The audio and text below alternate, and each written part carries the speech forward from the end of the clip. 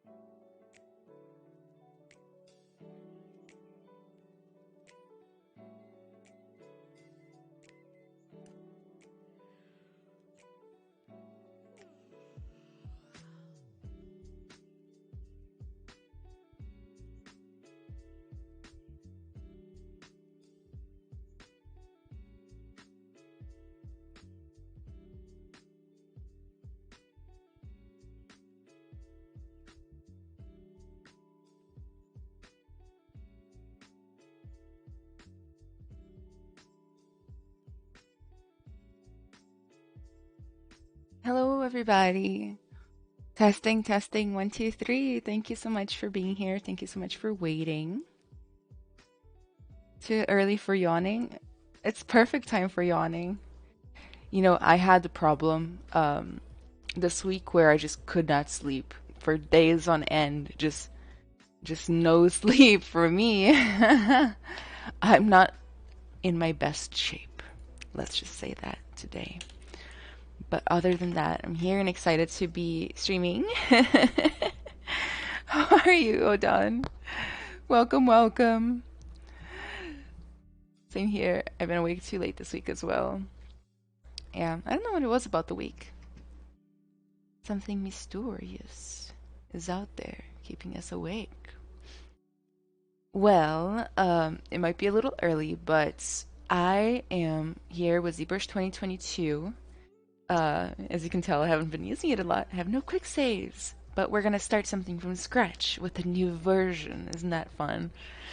So, what we're going to be doing is, I was recently gifted a 3D printer from Frozen 3D, and I've actually had it for a little bit now, but I've been slowly buying up all the supplies that I need, and I finally have everything.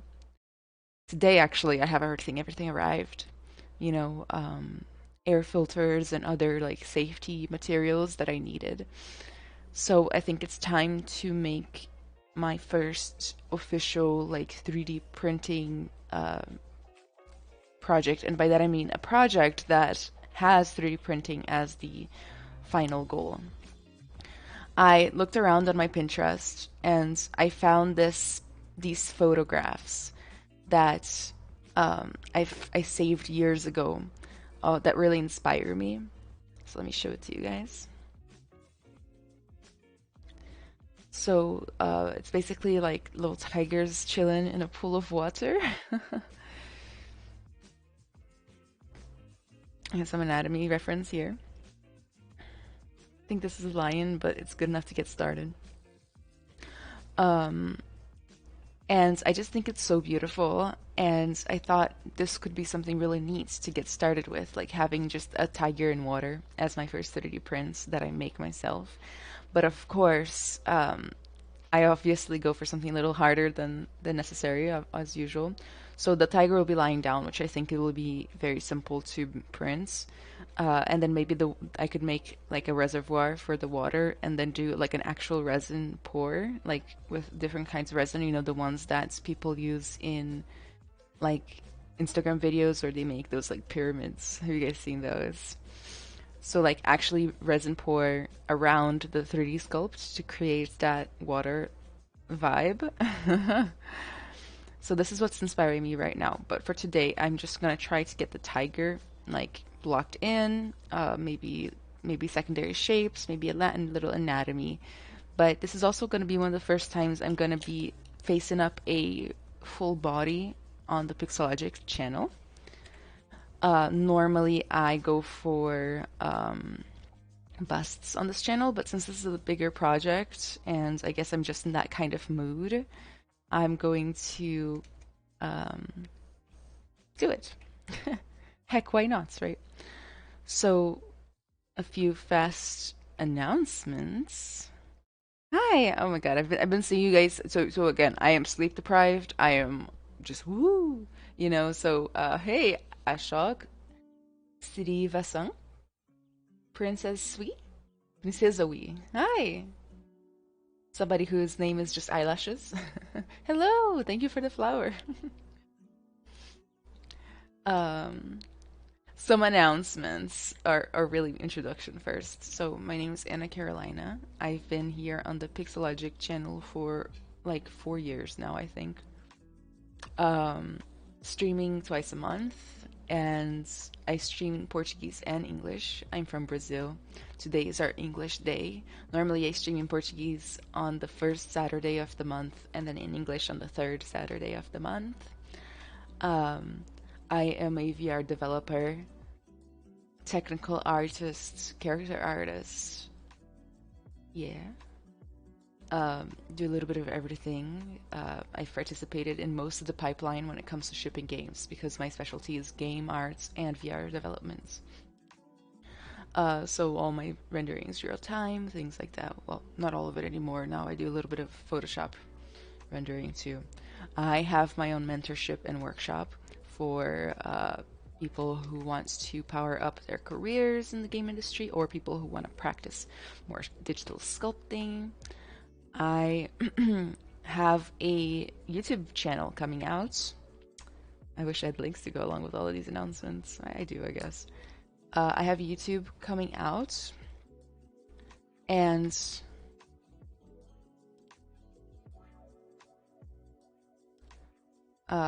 actually, my third video that's going to come out in December is all about the basics of Z-spheres, which is what I'm using right now to create the armature, kind of like the base blockouts for my tiger that I'm gonna be making.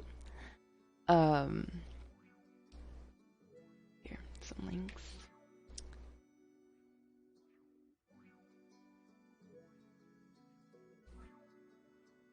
All of those things. But if you have any questions, please let me know. So basically, I'm just gonna kind of, in the most simple way I can, block out the overall shape of a tiger. Right now, I'm gonna be completely honest with you guys. I'm not even that worried about proportions or anything. I just ruined some CCers here. I'm not even that worried about proportions. Like literally just getting the the parts in, right? Like I personally like to get whoop, that's the tail. If you make your mouse smaller, it would actually help with the Z-spheres a little bit. There's the tail. Sometimes I just like getting the space to sculpt before I actually like worry too much about anything else. You know? I think there's gotta be an extra joint here.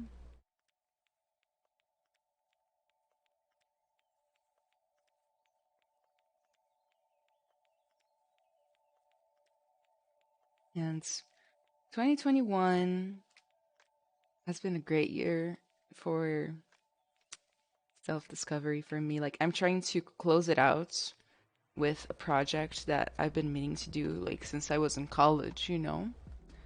Um, but did not yet.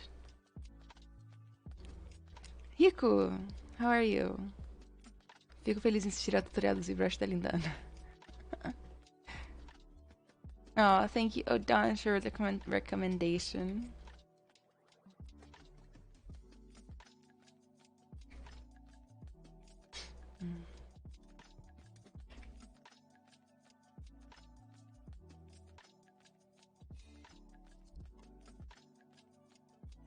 So you guys know already, based on what I was telling you earlier, I'm going to be doing laying down tigers, but I'm going to block it out standing. I think I'll be able to get better access to all the different parts that I need to be working on right now, if I do that. But we'll be moving it to a laying down position probably for secondary shapes, and we'll be doing that in a layer, which I always tell everybody is like the best strategy in my opinion.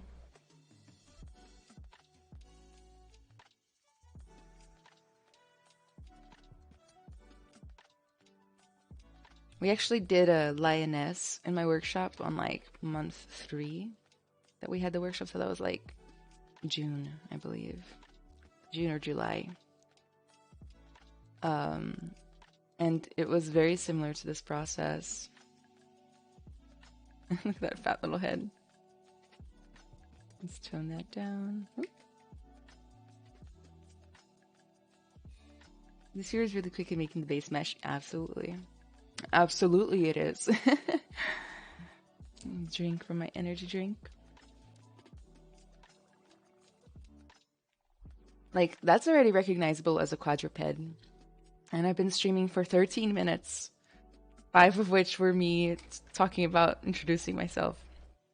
So, like, Z-spheres are powerful. Z-spheres are actually how I was first taught to sculpt. Like, the very first thing the teacher had us do in that class was make like Z-sphere. We didn't even do like adaptive skin or anything, just like Z-sphere kind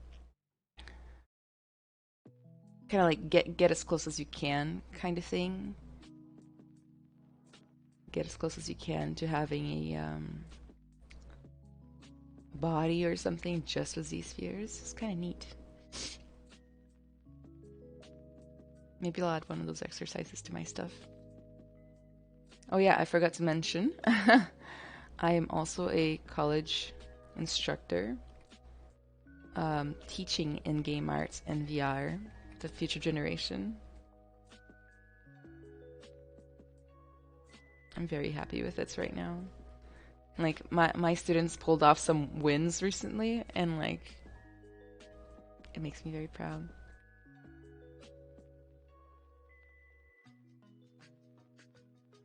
Look at that booty.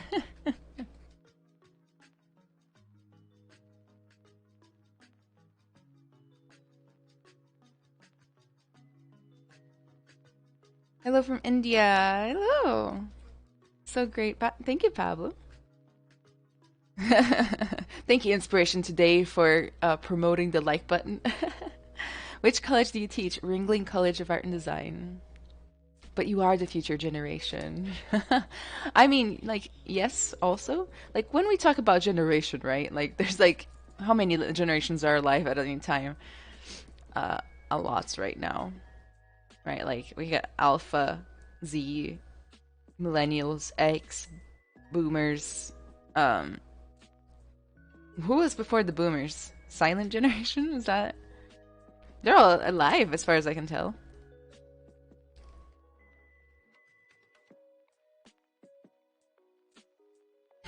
I like how, like, as far as I can tell, like I can't quite tell if you're alive, but maybe.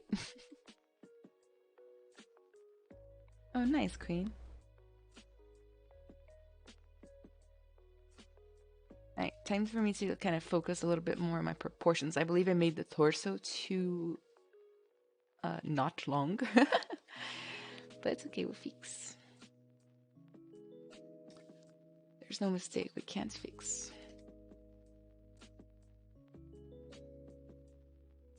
Can you guys hear music? Back in green, bom dia. Boomer are from the end of World War II, just so people know. But, yes. They're still alive.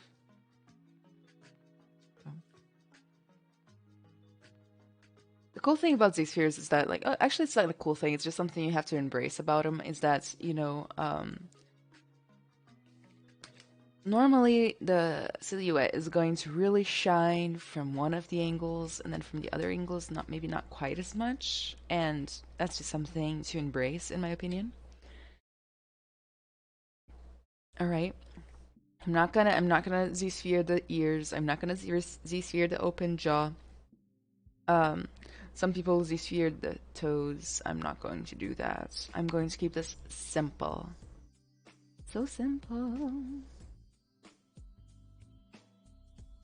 Right. The tail, I'm gonna leave it straight. And actually, now that I'm thinking of it, I think I have a better idea for the tail now than I did months ago, which is to keep the tail a separate object and make it like a straight cylinder, and then use the formers on it later, and then they'll dynamesh it all together. I think I'm gonna do that. You know, there's no better time than today to see if you can figure out better ways to do things. So, goodbye. Goodbye, tail nub.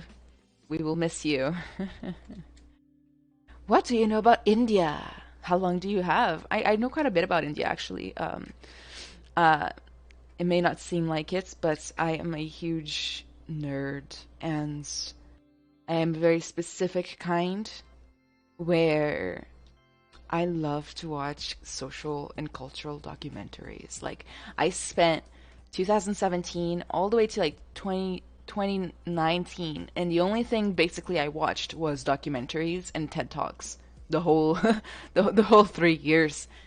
That's all I watched. So a whole bunch of documentaries are about India and like are set in India. There's a lot of social studies done there, a lot of like how do people behave if you do these things kind of studies. Oh my gosh, the booty, it's okay, it's fine. Gonna go to adaptive skin, turn off Dynamesh, preview it one more time. There he is, looking like those Boston Dynamic robots, you know. Make adaptive skin. Which one's which? This is the new one. Let's take off that red matte cap so that I don't get lynched. Okay, I'm gonna smooth the booty. Then we're gonna add in the tail again. Let's see what I want to do for the tail. Maybe I'll just use Z-spheres. Like, maybe I'll go back here, append a Z-sphere to my Z-sphere, you know, and then do the little tail.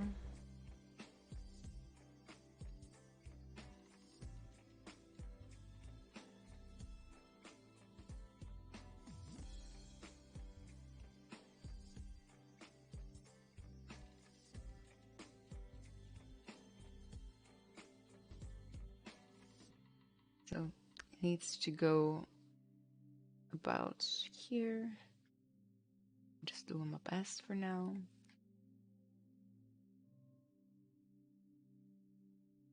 Adaptive scan. Dynamesh off. Let's just make adaptive. Oh, I guess I need to preview first. Ah, gasp. I'm glad I previewed.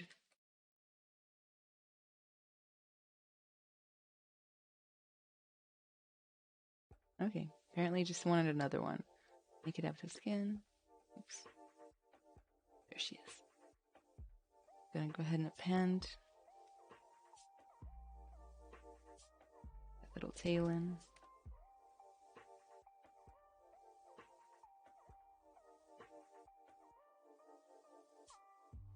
Let's not mess with that too much.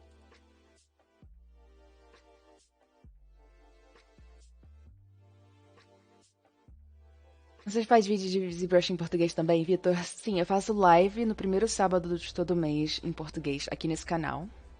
E também eu tô tentando planejar, eu tô criando um vídeo de um YouTube com tutoriais. E por enquanto eu só criei 4 tutoriais em inglês e nenhum em português. Inclusive, eu vou perguntar no Instagram daqui a pouco se eu devo criar um novo canal para os tutoriais em português ou se eu posto todos juntos. Não sei.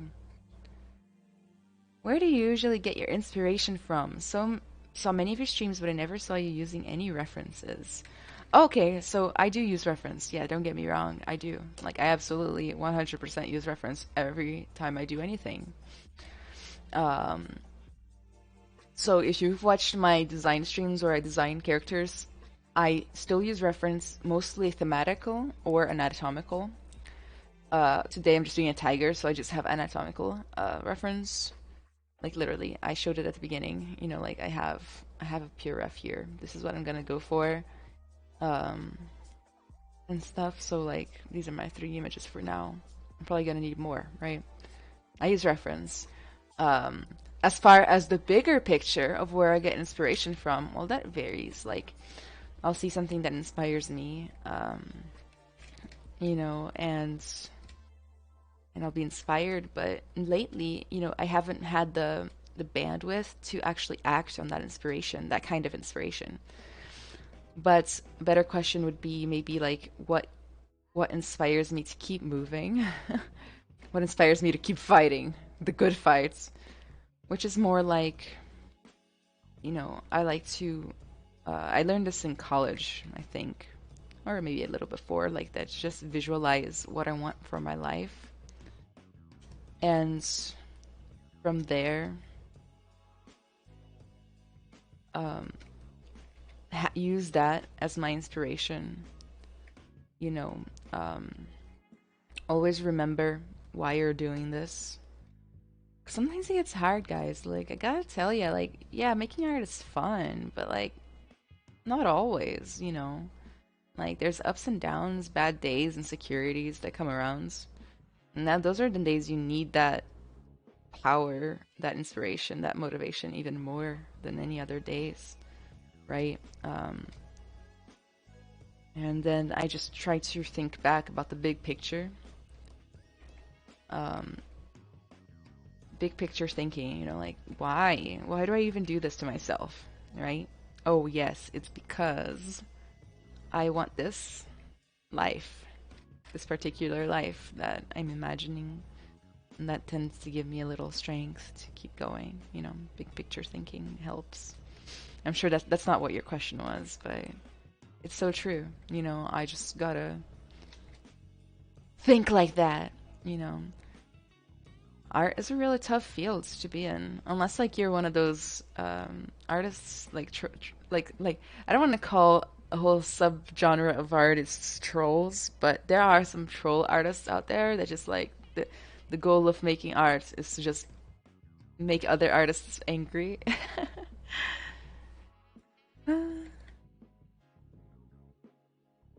Riptail. My cat kept jumping up on the table to see what you're doing. Oh, he likes ZBrush.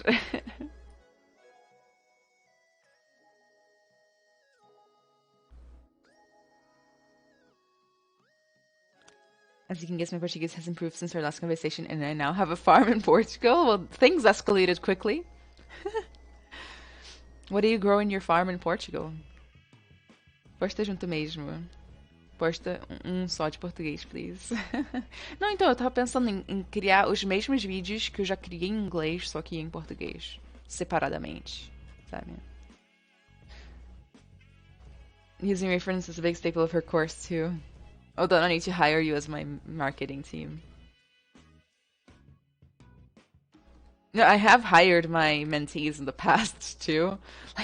I'll be like, hey, you have a very specific set of skills I'm needing. I will give you money. Monet. Hi, what's up? Making a tiger? Yeah. Good eye. Melhor pecar pelo excesso do que pela falta. Second monitor for books or books for ref? Both. Yeah. Why not both? Actually, I was just thinking about this the other day. Like, I have the book Anatomy for Sculptors, and mine is literally falling apart. right? I've had it for like 7 years. I've left it in the car on multiple occasions, lost it, found it. And the important thing is that it's still here. All the pages fell out, and it's all out of order now. So what I do is I just Google, like I have the book, but now I just Google like anatomy for sculptors, arm, skull, and stuff like that because my book is just so beat up. But I do love that freaking book. Um, why not both, right? Buy a second monitor if you can. Second monitors help with, for example, watching a tutorial, right? If you put a tutorial off on the second monitor and then you're following it on your first monitor, for example.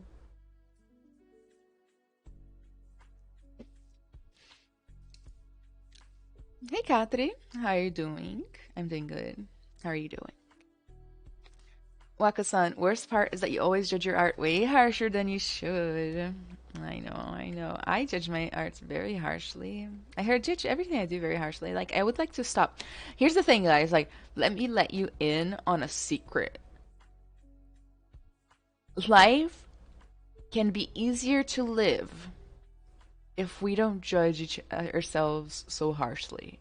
But then some artists go, well, if I don't judge myself harshly, I'm never gonna get better. And I honestly, I'm still thinking about that. It's like, is that true? I don't know, but I don't think so. Like I want to have a happy life with good mental health, less judgment, and still make good art.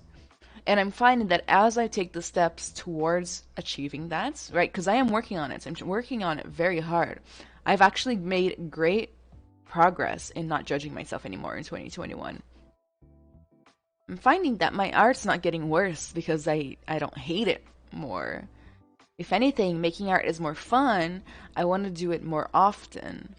And then I get better by just having that love reignited. Here's the thing. How many of you guys relate to this? Okay, hear me out. This is my situation, but I'm sure some of you guys are going to have a relative experience. When I was in middle school and high school, back in the day, uh, I used to just have so much fun making arts. My particular brand of arts back then was I used to draw my own characters. Oh no, no shit, right? Like, oh, Anna likes to make characters. Yeah. I used to draw my own characters, give them backstories, put them together in weird situations like OC style. Like a lot of you guys probably follow like OC artists on social media, Deviant Arts, that stuff. And I never thought about the end result. Like, am I gonna show this to people? Am I gonna post this on Instagram or ArtStation? Like no, man. I had this one best friend that I would show my art to. Um, and that was it, like that was as far as expectations went. And like, bro, she loved it, right? Like, she would never say a bad thing at all. Um, we're still very, very, very, very, very, very nice friends. And I'm gonna see her this December when I go home to Brazil for Christmas. I'm very excited. Anyway, and art was like an escape, and it was fun. It was exciting, right? And I wasn't bad at it. I'm gonna be honest, like I wasn't bad back then. I'm a lot better now though. And then I started uh reaching for art as my career and my job, and things got a little bit more complicated. All of a sudden, I was comparing myself to the other artists, but like in the foolish way. There's might be out there a good way to compare yourself, but there's also an incredibly foolish way to do so, which is to compare yourself to people who simply have a ton more experience than you, right? At 19, I was already judging myself against the great masters of 3D. Like they've been doing this for 10 years or 20. Some of them tell stories about when ZBrush first came out. I didn't even realize 3D art existed that far back, for me. And and I was comparing myself to them. Like, oh, like the art in this game looks so good. I'll never be able to do that. But like, that's not wise. And nowadays, I can tell. I'm like, that's fucking dumb. But in the thick of it, and slowly, I used that to fuel myself. Of course, I worked hard, very hard. Those of you who have watched me before know my stories, right? Of like the the the, the traumatic amount of hard work I've done in my past, and like my attitudes changed for art. But it didn't have to be that way. I truly don't think that I had to like torture myself in order to be good. You guys know what I mean? Like, I think I could have been good and had a good life. And that's what I'm trying to do now, is like keep improving, but also like have a good life and not torture myself mentally all the time like I used to about being good enough. Tough to do, gotta tell you. Look at the little ears.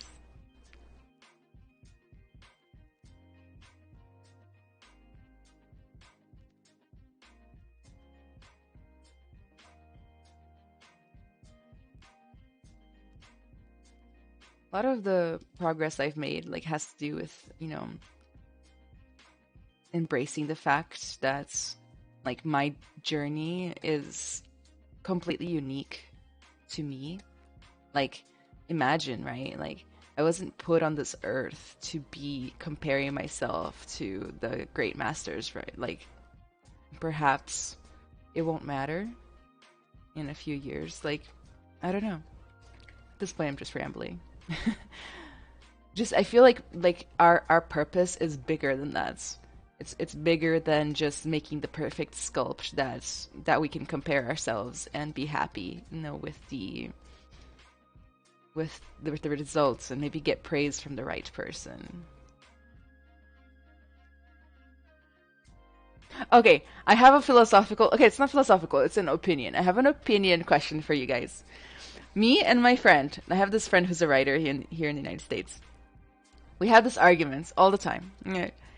She wants to be the kind of writer that writes well. Okay, quote, writes well. And she wants to get recognition and praise from book critics. Is that a thing? Book critics, or what are they called? I don't know. Okay. And she says she would rather write a good book that everybody knew was good, that didn't make any money and nobody read, but got critical acclaim from the book critics, than a book that the book critics don't like, but that the audiences like, and therefore she becomes like a billionaire. So, in my opinion, on the one hand, there is approval from critics, and on the other hand, there's approval from the masses. Which one matters in the end to you? Critics or the masses? Extremely knowledgeable, experienced people, or your everyday person who actually, is the audience for your book? Or for your art, I guess, in this case. Doing art as a kid, I was arrogant. Oh, I had my arrogant years. Yeah, that my arrogance years got crushed by my internship at NASA. If you guys want to hear how that went, please let me know and I will tell you the story, but I will not tell it unless somebody asks, because it is that kind of morning. This is a ramble morning, not a NASA storytelling morning. Back in the day, you're still baby versus this antique. I am baby, apparently. That's what I say to Sparkles all the time. He's right here, FYI. He's like right there. So I moved his chair a little bit.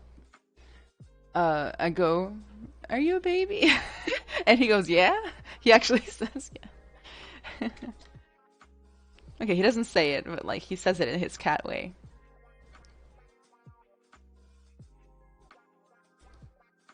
How can we fill a hole created by Boolean difference? Oh gosh. So I would delete all of the interior part of the Boolean and then go to geometry, modify topology, close holes. And that should do it. But first you gotta get rid of the internal part of the Boolean mesh. And if you did it in ZBrush, it should be a separate subgroup or polygroup, so it should be easy. The older you get, the more you learn life is generally about perseverance. Keep going and you will improve, however slowly. The only person you need to compare yourself against is yourself. I prefer to be billionaire. Hey Carvin, how are you doing today?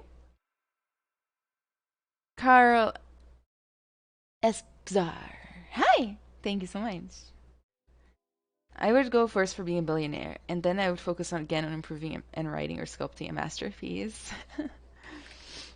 Okay, hear me out. Like, once you become a billionaire, you no longer need social approval. I'm just gonna assume that. Not from experience, but like, you don't need social approval. At that point, if you're gonna sculpt or write, you're gonna do it because one, you want to, you feel like it, you're in the mood for it, and you're gonna do exactly what you want to do, right? Like you're not gonna like do some fan art so that you can get followers on Instagram. You know, like you're gonna do exactly what you want to do at that point.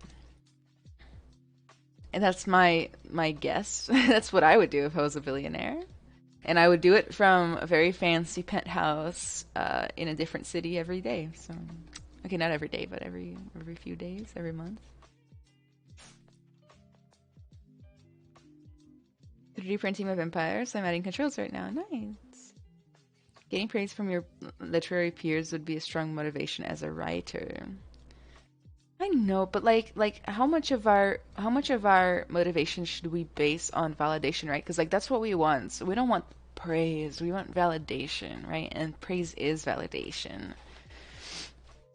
Why do we want it so bad at the end of the day? Like I honestly, like, one of the big breakthroughs I made this year was that like I wanted validation so bad, and then I stopped to think about it, you know. Do I even like the people I want validation from? No, normally I don't. And there it is, like for me, like man, it's so freeing to notice that.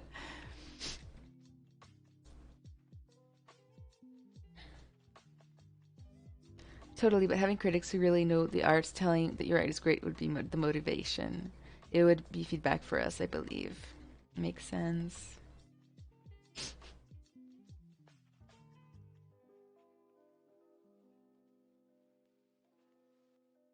Okay, so we've got some sort of tigery shape now.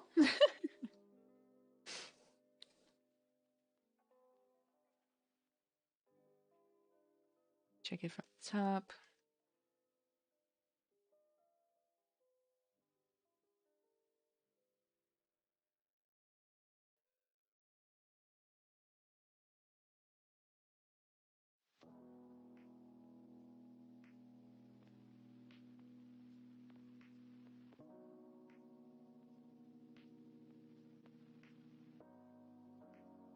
So Dark and Grim says, it depends on who she is writing for. If she's writing for about 50 people, then she has succeeded, but only if they all agree that she has written something wonderful. They never all agree with each other, so write for herself. If people like it, great. If they don't, then perhaps they shouldn't buy the next book. Having a mentor's approval is kind of important to make sure I'm on the right track to get into the industry, though, so your knowledge and experience is important to me. Well, that's different. No, I really do consider that to be different. So, what I'm speaking about right now is not a mentor's approval. It's not a partner's approval. It's like the approval from critics or masters or people like that. And how do I explain the difference? Like when you're in a class, right? You get graded. If you get an A, technically you have the teacher's approval. But the point of the A wasn't to get the teacher's approval. It was to pass the class, improve your skills, right?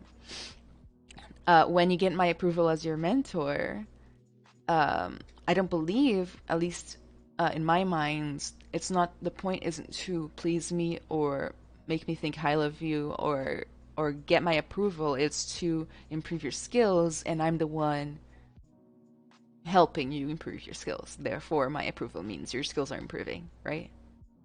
So I think it's a little different in that case.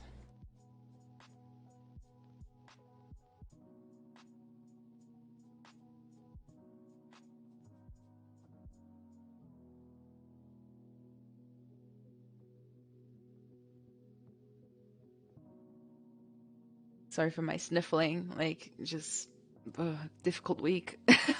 Like, I swear, the less I sleep, the worse my health gets, and I guess that's, now that I say it out loud, it's obvious why.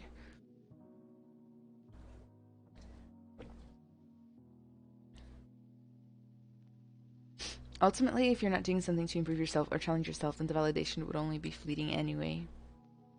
Education has hardwired our brains to think education is a chore we do to get grades and be done with it, and but that's a huge problem.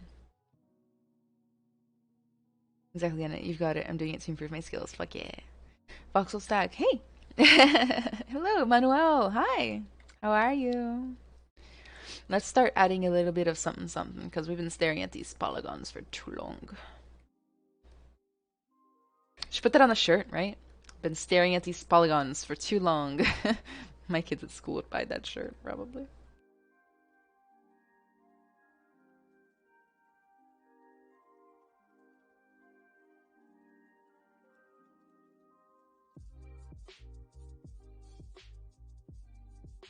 Just a little bit of like adding in like the start of a flap.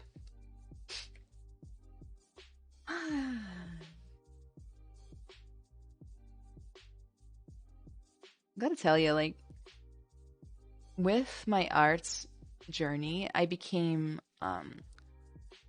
tunnel vision, I think would be in English what I'm the word I'm looking for. I had tunnel vision, right, for the arts. Like, I wasn't doing hobbies, I wasn't doing anything.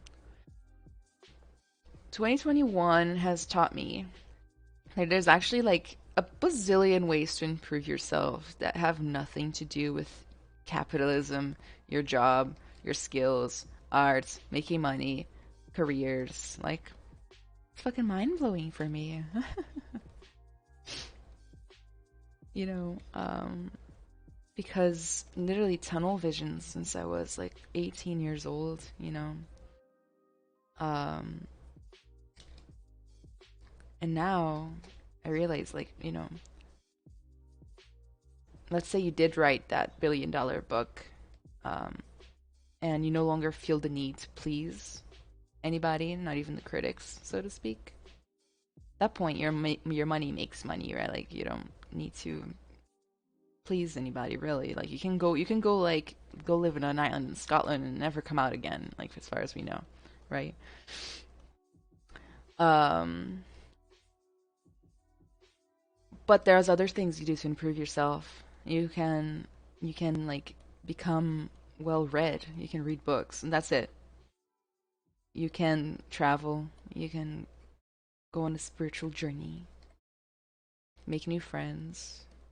Crazy, crazy. Okay, like I believe this rant is like mostly for me and people who are like me who like forgot there's a life to live besides making art and having a career. That's me. That was me. Not anymore. You know. Capitalism, the complete opposite of creativity. I don't know. I think capitalism does feel creativity, I gotta tell you, because like there's such a thing as creative problem solving, and actually that was like a huge part of my job, and still is, if I'm gonna be honest.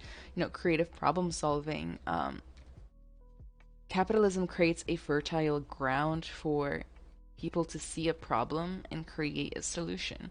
This is why I say that like there will never be a zombie apocalypse in the modern capitalistic worlds. Like that ain't gonna happen, man. Like if there's ever a zombie apocalypse, like there's gonna be like buy our new zombie spray and then yeah, keep zombies away. Only $3.99. Like it wouldn't.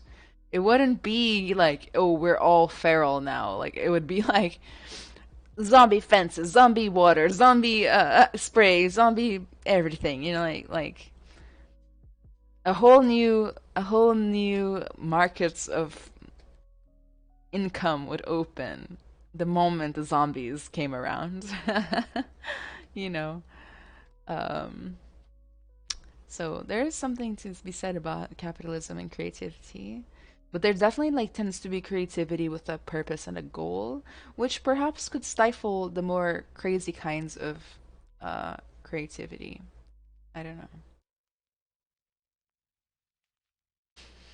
It's pretty sad how most people's lifelong goals become pointless once achieved. Well, it depends on how, like, that's another point to maybe, like, improve yourself on, right? Like, I used to be that way. I used to think my goals were over once they were achieved. You know, they don't matter anymore. And in fact, like, I used to let my identity be controlled by, like, the past, like, 7 weeks worth of achievements. Like, um, 5 years ago doesn't matter. You know, like, oh, I did that really, I won that prize, but it was like so long ago. Like, I haven't done anything since, blah, you know, like I suck, you know. Um, if you can actually practice, this is gonna sound cheesy AF, but if you can actually practice gratitude and remember the good things you've earned, you've done, you've been given, um, they don't become pointless and they just become another brick in some sort of like pyramid that you're building of gratitude and happiness and like fulfillment. I've started journaling and I write that stuff in there, you know, like so grateful for these things. And it's human nature to want more once you've gone a certain distance, right? Like we don't become satisfied. That's not what we are. And honestly, like fighting it is pointless in my opinion.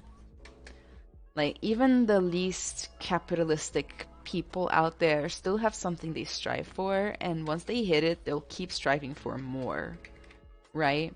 It could even be a practice. Like you're like, oh, you know, nuns and Buddhist monks. You know, like they're not looking for those gains most of the time, but they're still looking for spiritual, um, what do you call it? Like advancements. You know, spiritual advancements, and they're never satisfied. They're gonna keep going. It's just human nature.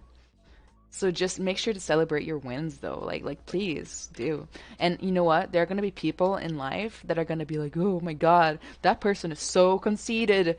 They are celebrating their wins on Instagram. They're rubbing it in their face to show off, right?"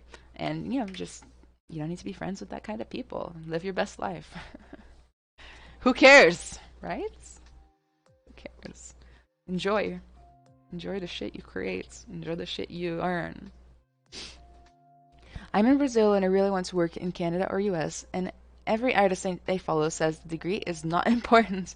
The degree is important if you're trying to get a visa. Like, that, I'm gonna make a video on this, and it's also in my book. Like, hear me out. This is not like the medicine field where you need a degree to prove that you can be a doctor, right? You don't need a degree to prove that you can do 3D art. You need to be able to do 3D arts and have a portfolio. But there are certain parts of the field that you can't go into without a degree. It's just not going to happen. Like you can't be a professor in a college, for example, without a degree normally. Maybe there's some exceptions, but most of the time, it's impossible, you know? And another thing is, if you want a visa, and this goes for Americans too, and like, other people, not just Brazilians. If you want a visa to move from one country to the other, you need to do the research and figure out what the requirements are for each visa type that you would qualify for. So in the United States, there are two types that you would be able to do normally. One is the work visa, and the other one is the like super talented visa. The rules for the super talented visa are different, but you need to be super talented. You need to be published. You need to be expensive, stuff like that, right?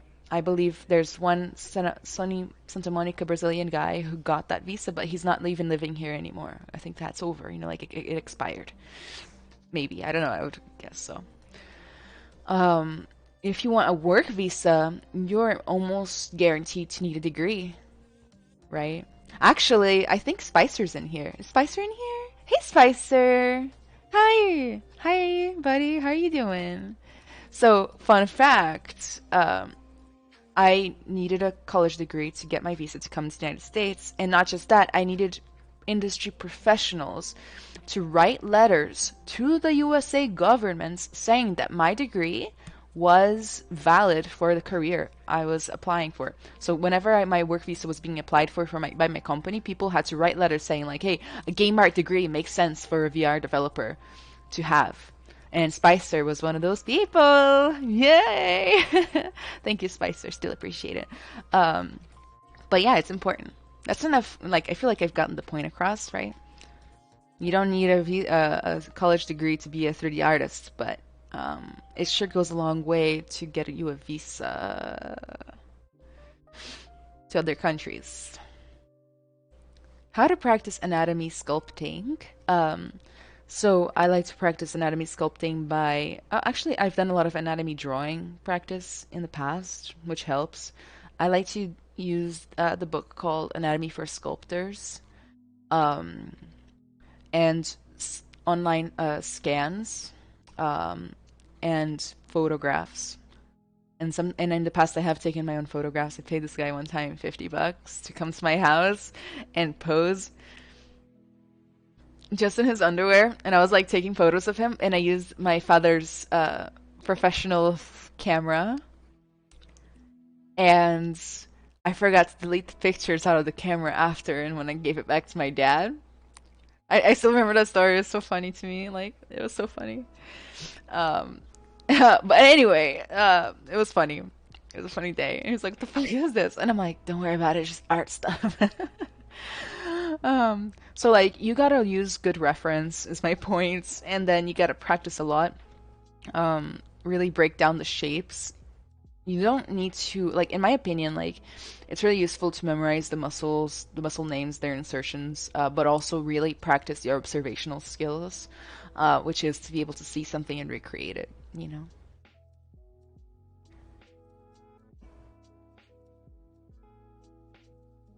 What's up, sister? Well, I think it's more like, oh, my goal is to finish $1 million project. Then once you achieve that, you realize you really didn't want the money. You want to do the things you love, but for that, you needed the money. Hi, Anna. May I know, do you sculpt this style you're using pen, display tablet, or non-display tablet? Right now, I'm using a non-display tablet. This guy. It's got a little smudge on it, too. I almost just knocked over my drink. This morning's a mess for me, jeez. And then I got like a fully booked day also after.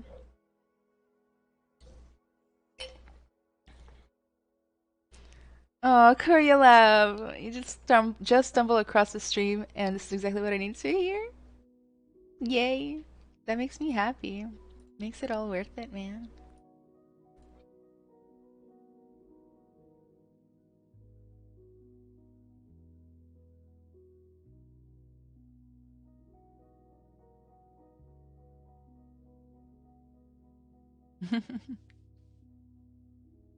So I take screenshots sometimes of people whenever like I feel like I make a difference, you know, just to keep it in the future for when I need to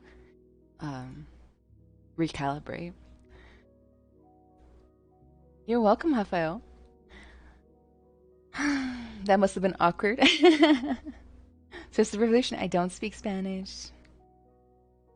Ai, que chique, filme brasileiro aqui, adorei. Bob Ilustra, então você vai adorar saber que eu faço live em português no primeiro sábado, todo mês aqui. Ah. Let's fix the tape. So, about being bilingual and doing ZBrush live streams. So, whenever I'm doing my streams, right, I switch between the two. But normally there's like a master language for the day kind of thing. So, like, sometimes it'll be Portuguese, sometimes it'll be English. But I've been recording YouTube tutorials for my new channel. Speaking of which, you guys should follow it for some tutorials that are coming up. Yeah. Oh, shoots. Where's my link? Here. I'm just gonna do that. Speaking of which, and I'm here for, I actually recorded a Z-Sphere tutorial, and halfway through, I accidentally switched languages for like 10 minutes, and I had to re-record.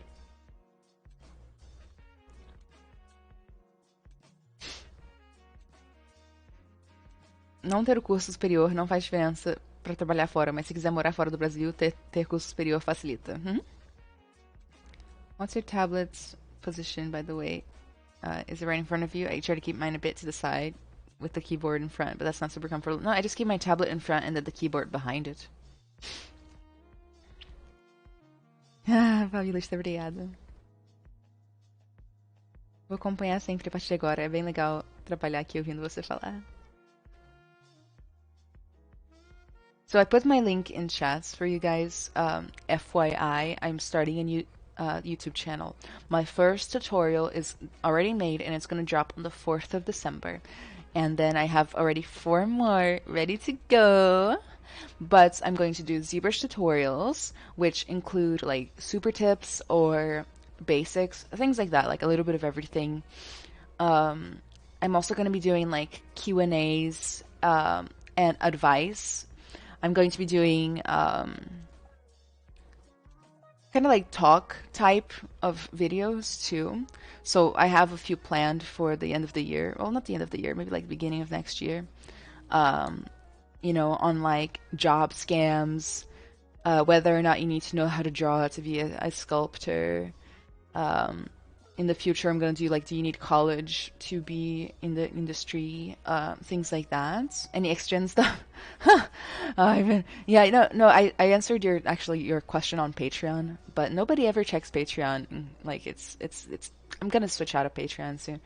I actually don't use X-Gen as of right now, so I don't plan on doing X-Gen tutorials because I don't think I'd be the right person for that right now. Of course, I love X-Gen's look, and I think I would eventually like to get into X-Gen. Ooh, I can hear myself. I was getting my links here. You know, but right now I'm not the person, but I do plan on doing a fiber mesh tutorial. Probably it is lined up for January, like fiber mesh basics. And in the future, I'm gonna do fiber mesh for hair cards, which is gonna be badass. I look forward to it. And since we're already talking about my future YouTube channel, I'm also writing a book. Oh, I love my book. Like, I don't know if you guys will like it when it's out, but like, man, I love it. I love writing that damn thing, you know, like, it's so much fun. And pretty soon I'm gonna start interviewing professionals to go in the book. Like, I'm still deciding how I want to approach that and what questions I want to ask them.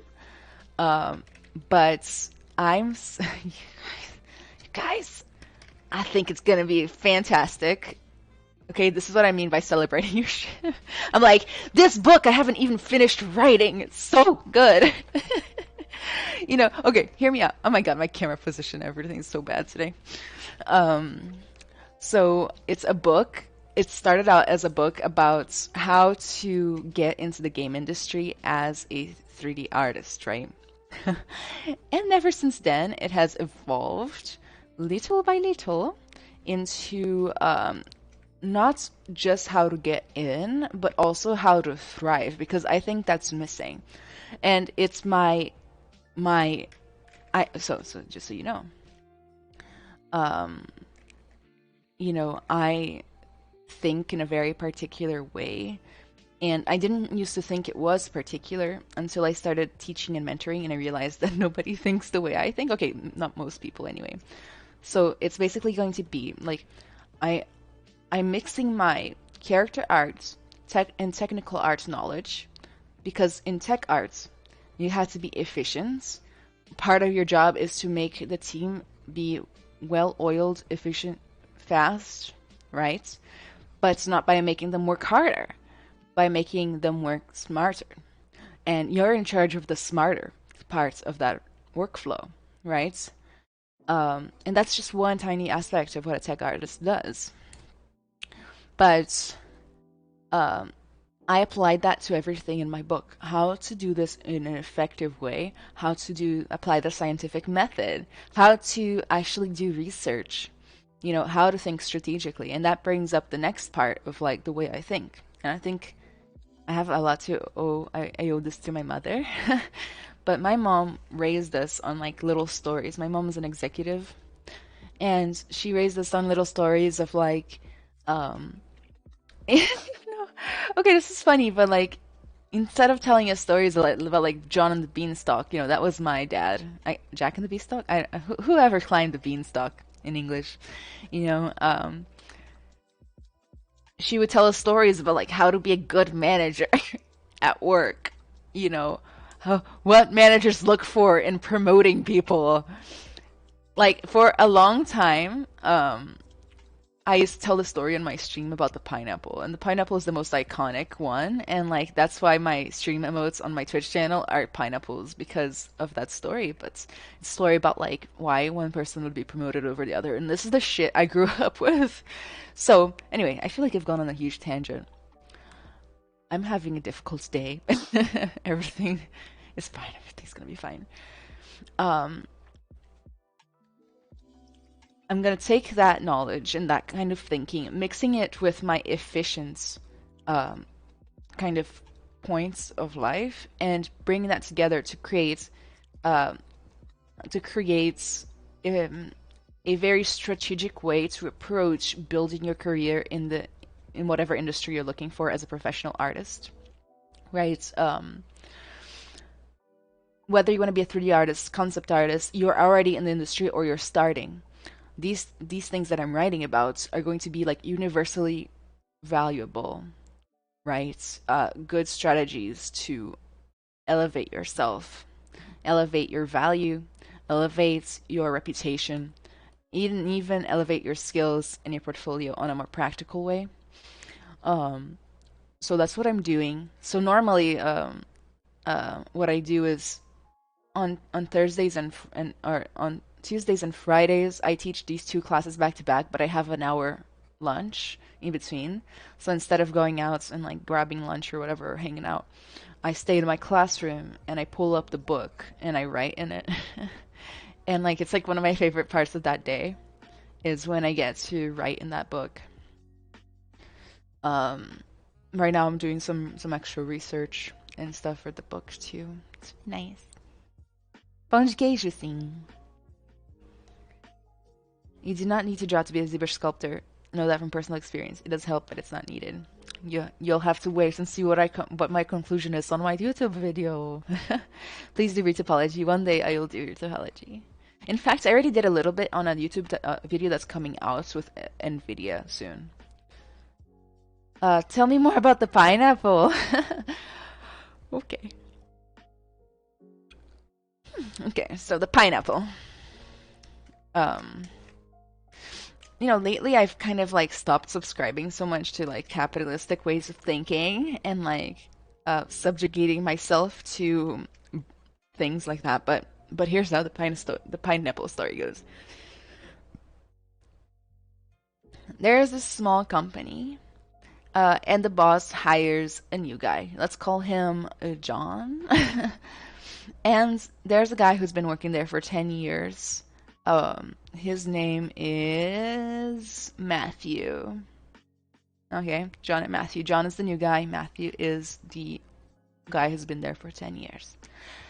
John starts, everything's fine. 6 months later, there's an opening, and they both apply for the new job position that pays twice as much, and John gets the job. Matthew, who has been there for 10 years, is pissed, right? He storms into his boss's office and he goes, I've been here for 10 years. Is this how you reward my loyalty to this company? Been here for 10 years. This kid's been here for 6 months and he got the promotion. So the boss calls them both into his office and he goes, okay, I want you both to go downstairs to the market. Let's pretend there's a market nearby. It makes more sense in Brazil, I think. And I want you to find out if there are pineapples for sale. Okay. So they both go to the markets, whatever. They come back half an hour later, and um, the boss asks Matthew, the guy who had been there for 10 years, do they have pineapples? And he goes, yes. And then he asks John, the new guy who got the promotion, if they had pineapples, and John goes, they do, and they're $6 a pound, and the guy said they were very fresh today, and I can have it delivered. And like that was the moral of the story, to that you'll be more valued if you actually go the extra mile and predict the needs of a person, and you actually do a little bit more than expected. You put in a little extra effort, right? They still have both had to go downstairs and see if they had pineapples, but one guy did the exact bare minimum, and the other guy did a little bit more by just, asking the right questions. And then the boss goes to Matthew, like, do you still think you should have gotten the promotion over this guy? And Matthew just leaves the office, heads down, and stuff. That's how the story goes. That's the pineapple. And then my mom, and then my mom used that story to manipulate us for 20 years. Because every time she'd ask us to do stuff, right? If you do the bare minimum, like this is fucking in my house shits, like, and you do the bare minimum, she goes, don't forget the pineapple. And then we have to do more. So in this case, my mom was like priming us to do her favors, but still. So now, like on the stream, we always go like, don't forget the pineapple. It's crazy how little things pass on, right? Download the system. Pass this on a morning coffee. So I have here like energy drink and everything. I'm like, do you guys know that meme of like the vibrating skeleton just moving too fast with like the glowing eyes, like really hyper but still feeling dead inside? That's how I feel. Obrigada, Renata. Soft skills aí ajudando nas promoções profissionais. Adorei. You should say that during the workshop. I'll say that every time somebody sends me their ZBrush files, but not the pure rough, or they don't name it. Don't forget the pineapple. There's always one. There's always at least one person.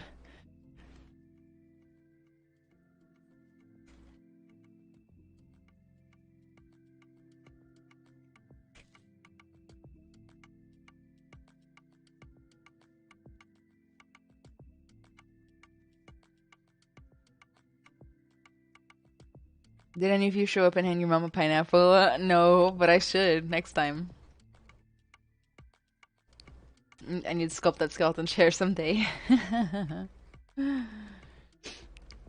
Meanwhile, my tiger is awkwardly neglected here, but it's okay.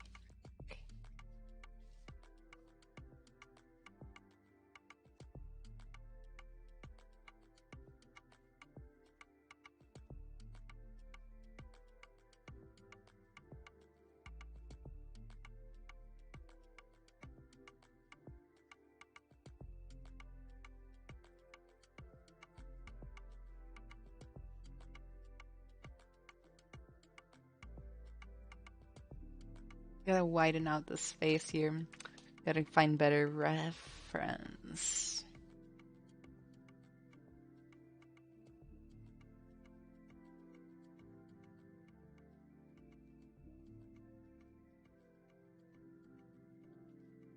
Today's English or Spanish? So I never do Spanish streams, but today's English.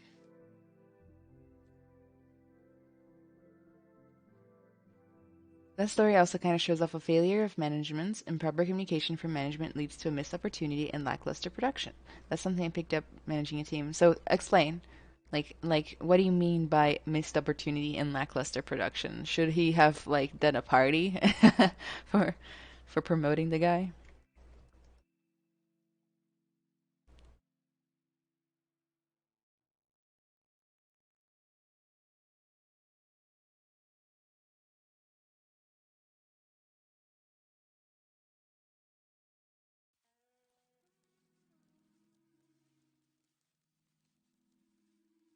Is ArtStation necessary for anyone in the creative field these days? I don't think so. Like, I think it's a great idea to have and smart, but not necessary. Like, there are people out there who are um, successful beyond our imagination who have never touched ArtStation.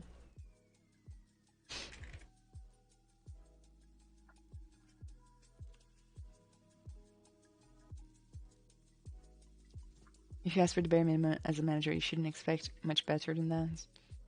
Depends, right? Some managers don't feel like they need to micromanage. They just expect more.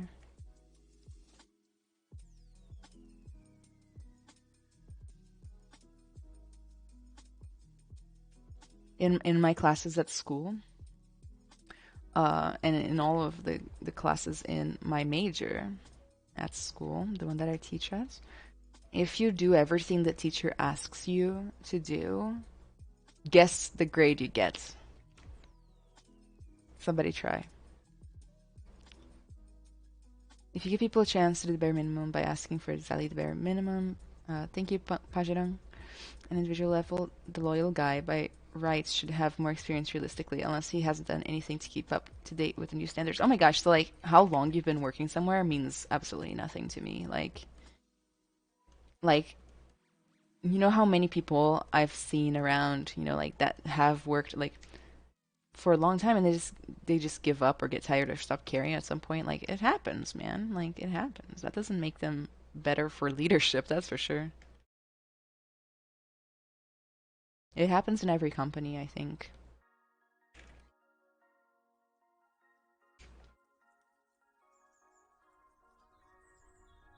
They people who work in the shadows and they're super talented, yeah. When can I automatically update? So you just gotta go on the website and download the 2022, and you should be able to download it, update just fine. See, of course, yes. At Ringling in the game art and VR programs, and I believe in animation as well, but I don't teach there. If you do everything the teacher asks you to do, you'll get a C, which is 70%, 75%.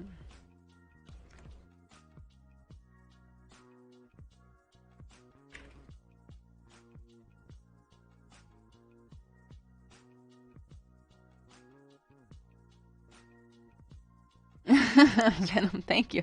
Right now, I didn't think it looked like much, but I'm glad you like it.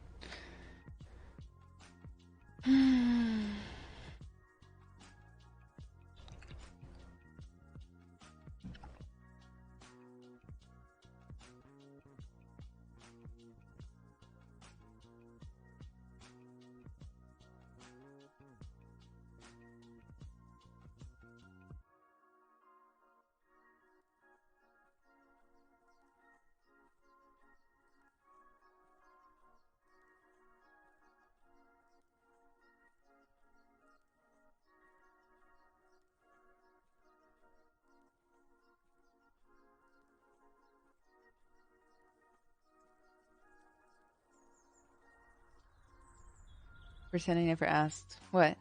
Did you ask something? Please ask it again. I don't see it here. If you put a link in there, it will disappear too. So like, make sure you ask without um, any links and stuff. Is this new ZBrush? Yes, it is. I would say the better worker wouldn't leave without clarifying all the info needed about the pineapple. A good worker immediately asks for clarification if something is the bare minimum is asked. Do you enjoy podcasts? If so, do you have any you recommend? So, Curio, I feel like I would love podcasts, but I don't listen that much. I used to back when I used to have a bigger commute, but like COVID and stuff. The only one I listen to right now is actually Oprah's podcast. I like Oprah's podcast, and like recently she did an interview. It's like just Oprah interviewing people. You know how it is with Oprah.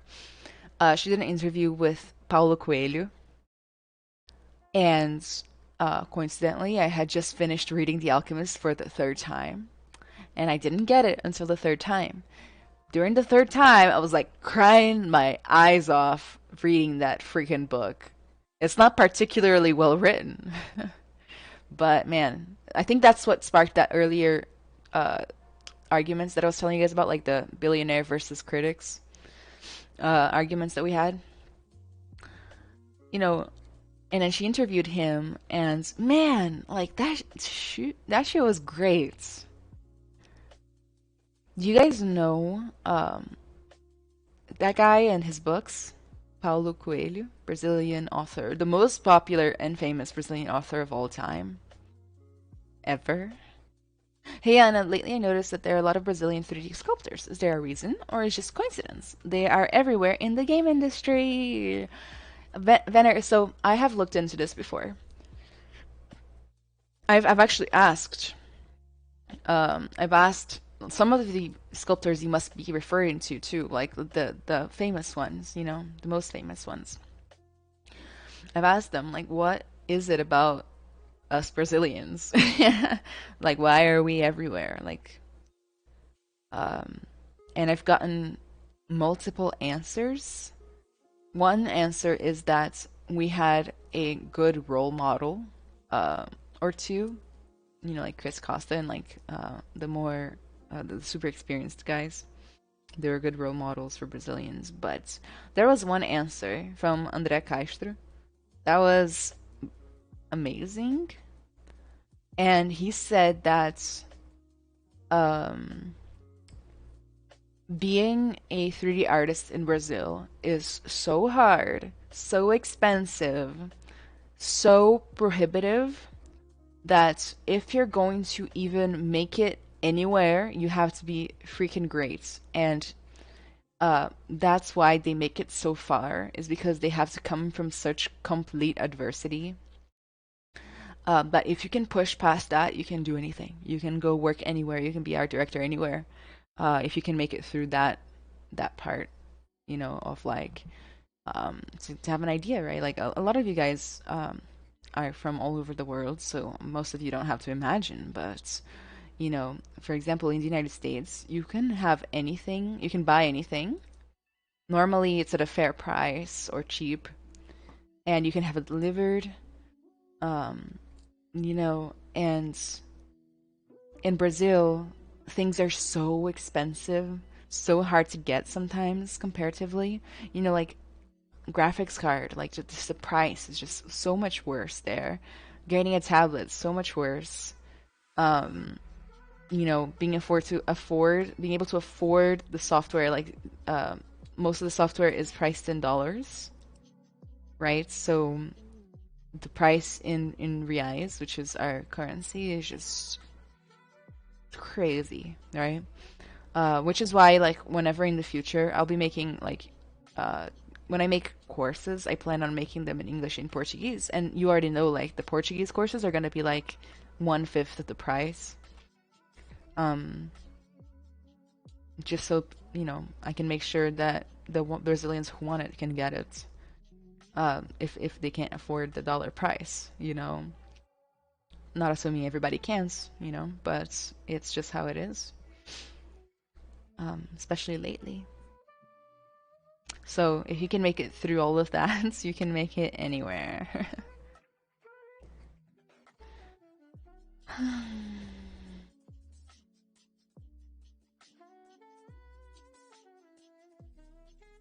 How many years of work experience? 7 now, I think. In Brazil, people from Brazil are talented in everything, to be honest. Football, artists, actors. Well, I mean, like, imagine how many people are in Brazil. There's like 700 million people in Brazil, and, you know, you're gonna find some talented people. Comprei um computador recentemente para começar a mexer com 3D e, véi, paguei muito caro, quase tive que vender minha casa. Much love, Ana. Thank you very much. No problem. Obrigada. Mas é, amigos. A galera, eu vou te contar, a galera que não tem nem a imaginação pra imaginar como a vida pode ser em alguns lugares. E é verdade, tipo. É verdade. Mas, pelo outro lado, pra quem aprender 3D e começar a fazer freelance e ser contratado por americanos e pago em dólar também, vai longe, né? Digamos. Chegamos assim.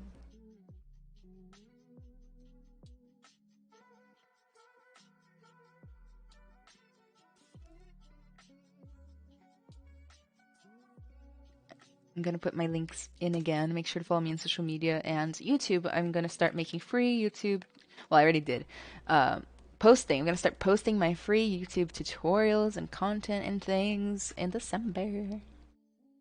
And I start streaming again on my personal channel, Anna Carolina Arts, on Twitch, and I'm gonna actually start doing it on YouTube as well.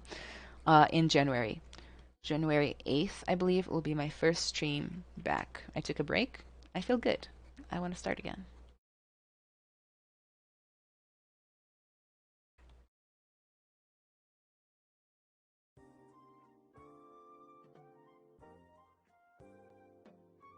I think another reason for Brazilians being so present in the industry is that the great ones are in general really generous. The amount of lives and tutorials they create is enormous.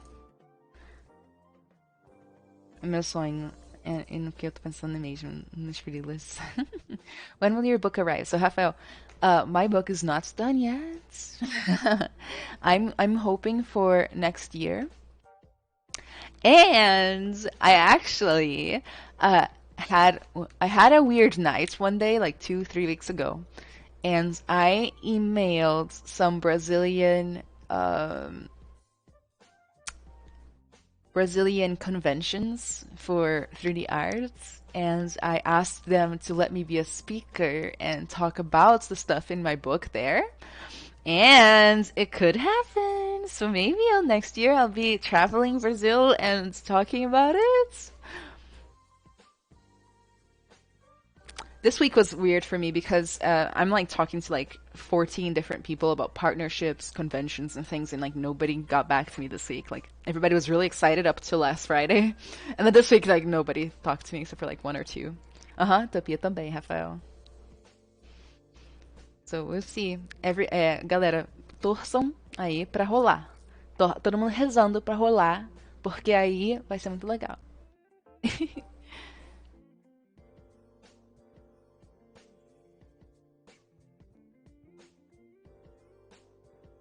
I will be buying your tutorials not for the ZBrush skills, but to learn how to speak about art in Portuguese. Well, I'll take that. Add a glossary at the end.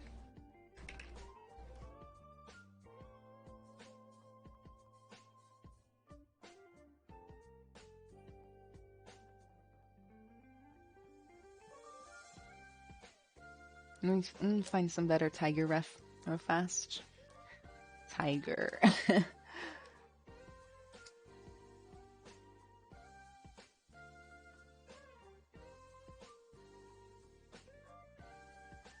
Okay, there's got to be a couple changes that happen, I think.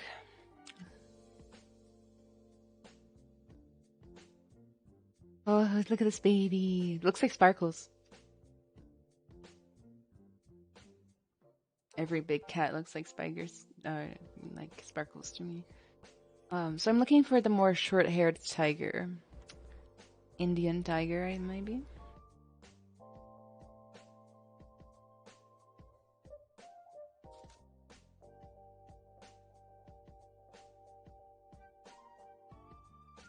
That's the good stuff right there.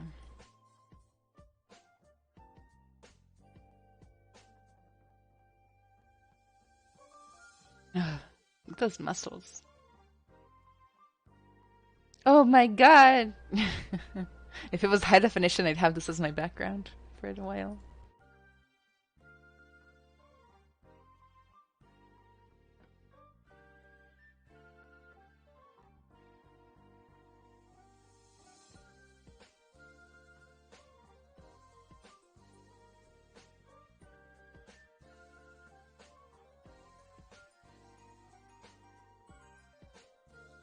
Michael, tudo bem?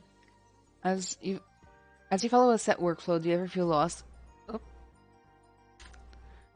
Do you ever feel lost or a certain change requires you to approach it in a different way? Yeah, Ashton, I gotta tell you, my workflow is the most flexible thing you'll ever come across.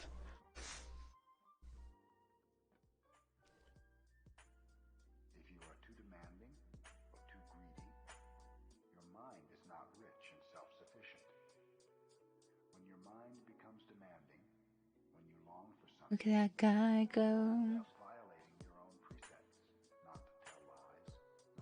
Ok. Not to get distracted by tiger pictures. Como você vai fazer os pelos? Eu vou modelar assim, como se fosse escultura, porque esse vai ser impressão 3D.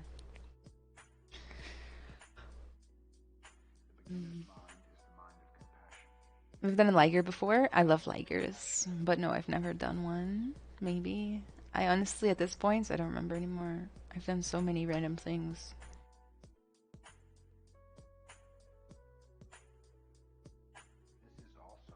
Just update a little bit of face shape, you know, make it more tigery. No biggie.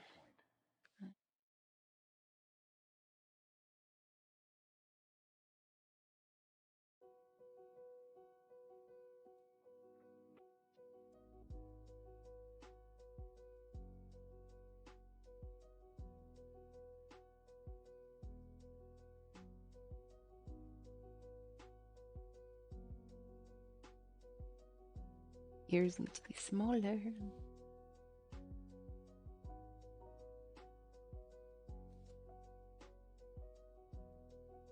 Antonius, hi.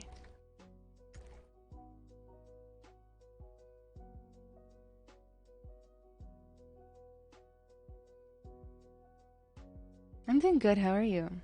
Qual o link do server do Discord?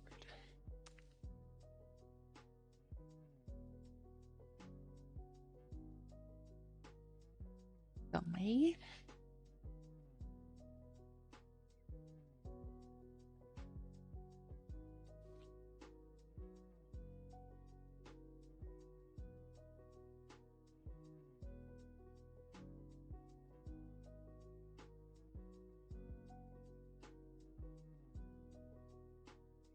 Nada. By the way, I just posted my Discord link upon request. If you want to hang out with me and a bunch of other 3D artists from all walks of life, please feel free to join. It's totally free. Totally fun.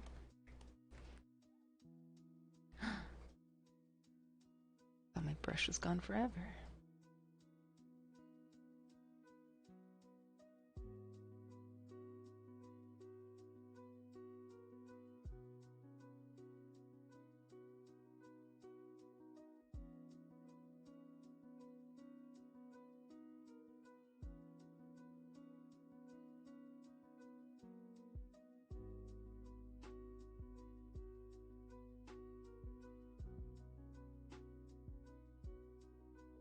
Oh, my leg fell asleep, guys. I'm telling you. Cursed. But like in a funny, not so bad way. Doing good, been working on my mental health.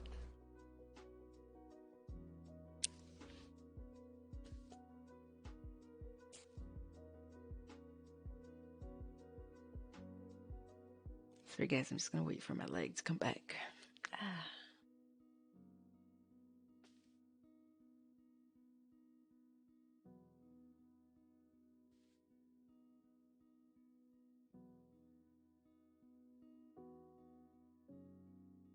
It's already looking more tigery by the second.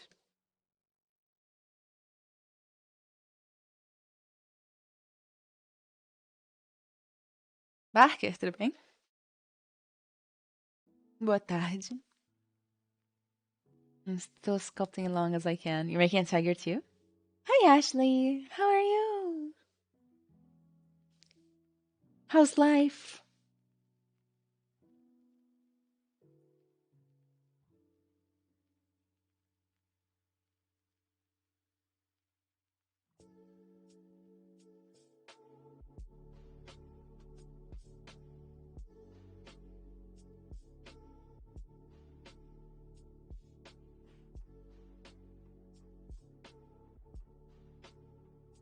Yes, I'd post progress, but I'll wait until we're done. Awesome.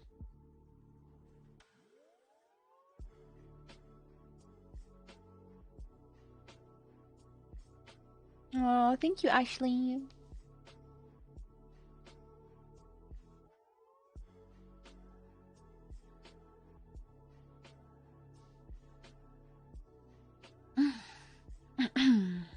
You are so cute, Ashley. How have you been? I've been actually thinking about HTX a lot lately. I don't know why. I think it's just some sort of cosmic thing.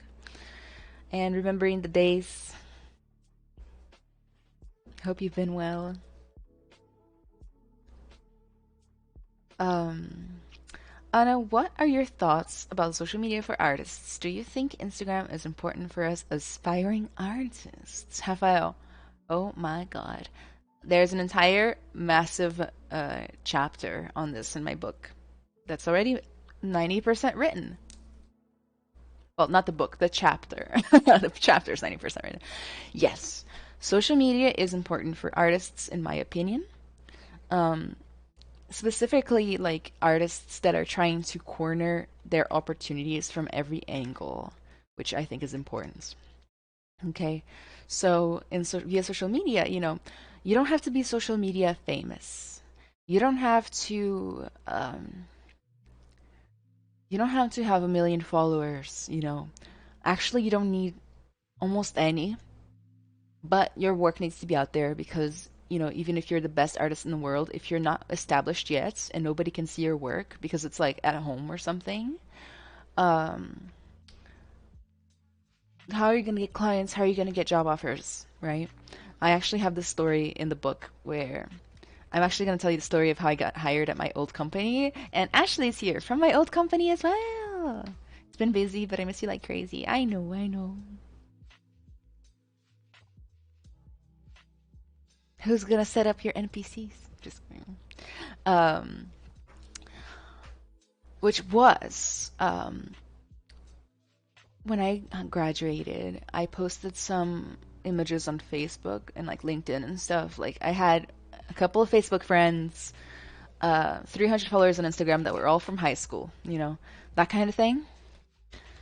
And I posted those images around, and then a teacher of mine actually shared one of my portfolio pieces on her Facebook from my Facebook.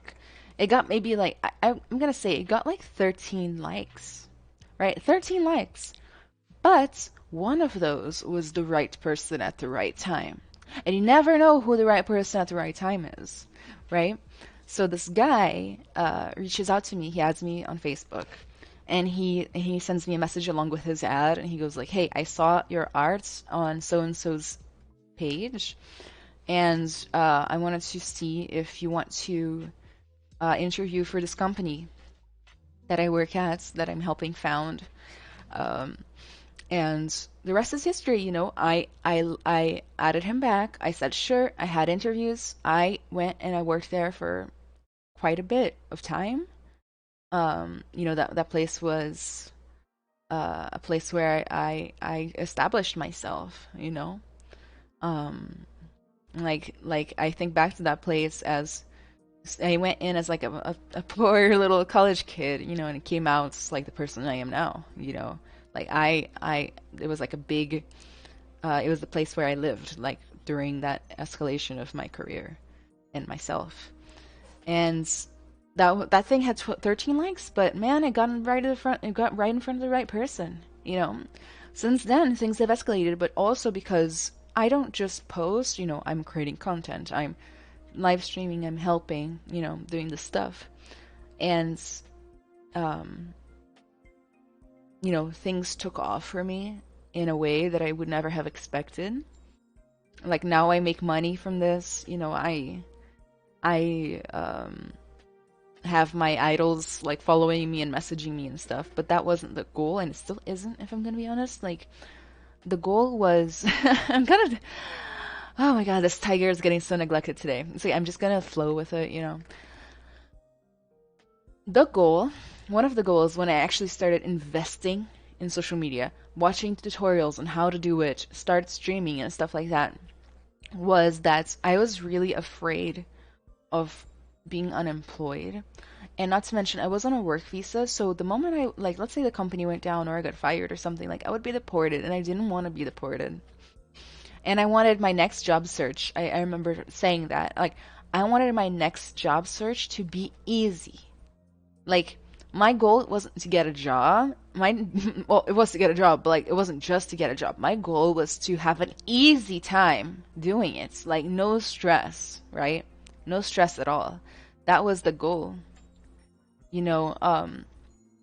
And so, um, I started investing in this, hoping, like deep down, hoping that this was the way. It was the only thing I could do at the time. I couldn't freelance because it wasn't allowed on the work visa. I couldn't do anything, right? Like I could only make free content on the internet. So that's what I went. I found the one thing I could do, the one option I had, the one thing I could control, and I went for it. So I'm sure there's more options if you have more options than people like me.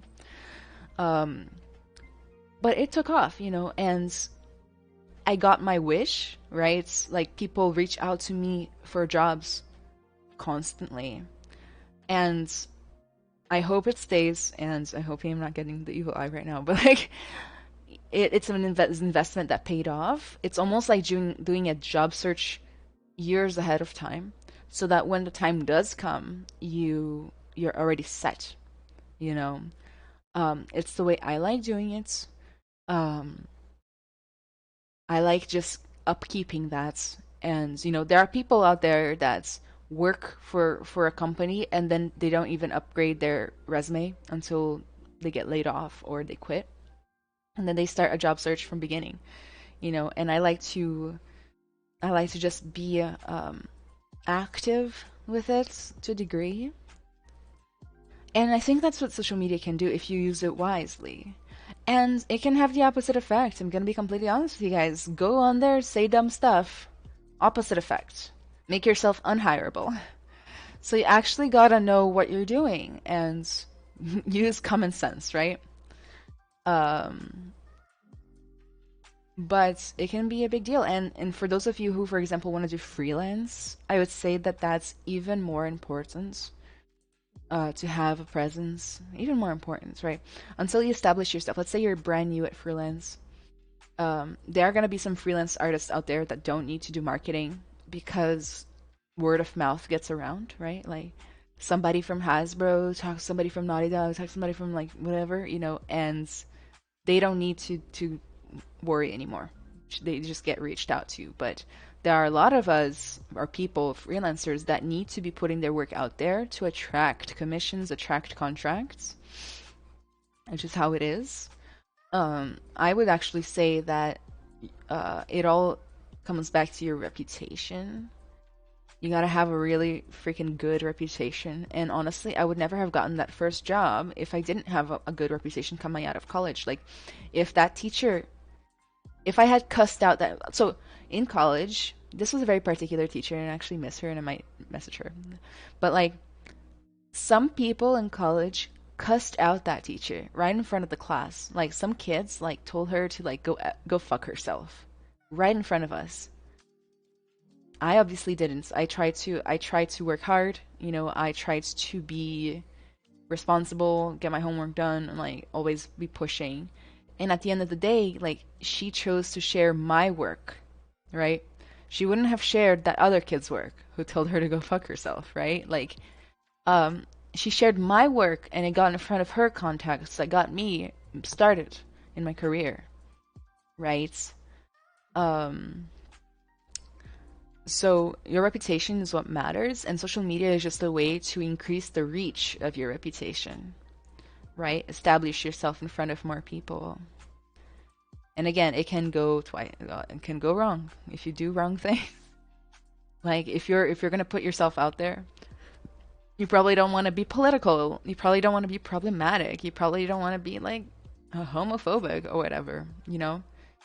Um, of course, you probably don't want to be those things anyway, but if you do that, you're going to tarnish your chances forever, for a very long time. Like even without that much of a social media presence, like let's say you just use like Facebook and Twitter for enjoyment and your friends, like employers look at that.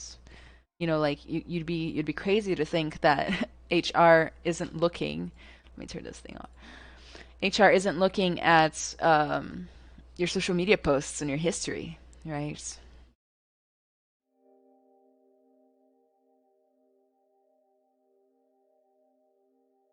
My kid brother got headhunted from Weta by Warner Brothers. Nice.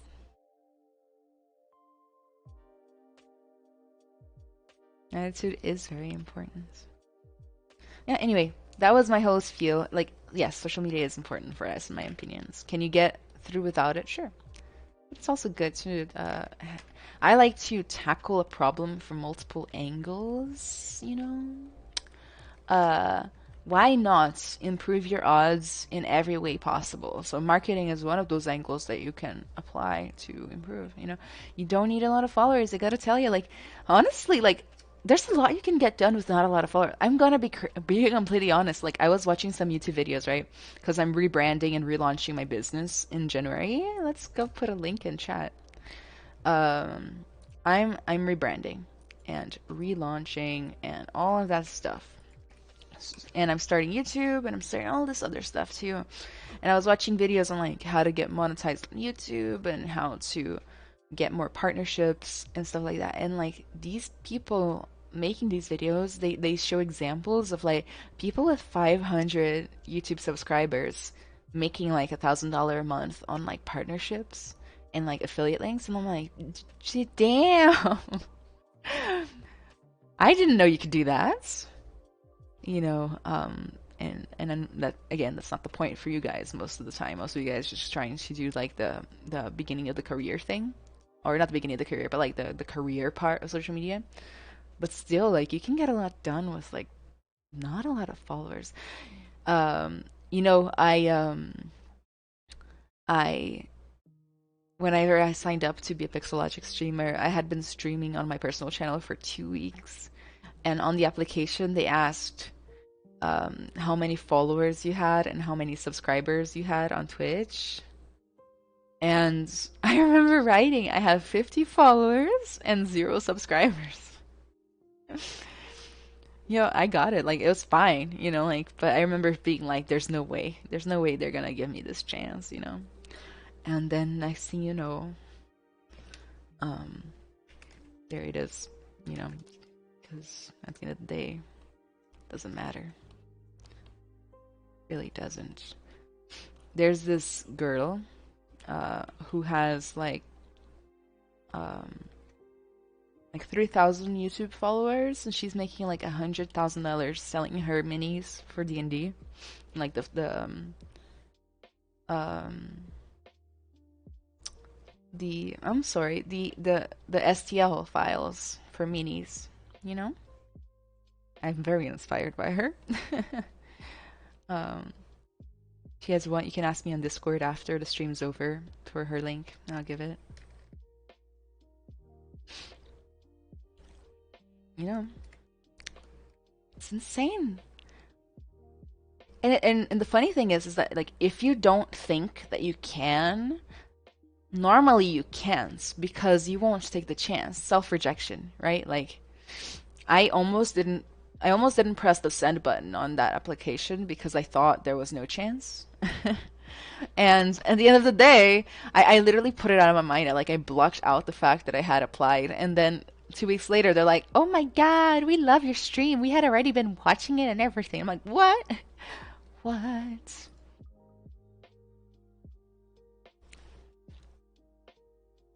Yeah, it's life, right?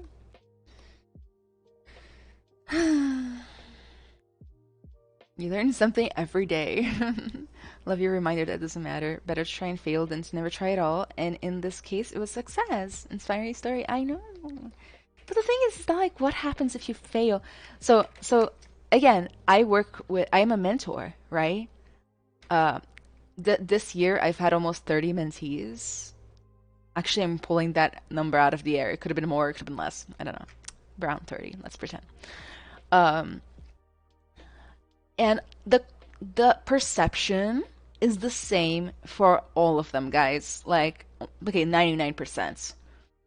Oh, I don't know if I should apply because like what if they hate me? Like okay, they don't say that, but it's basically like what if I apply and don't get the job and therefore ruin my reputation with this company and then I can't apply in the future, right?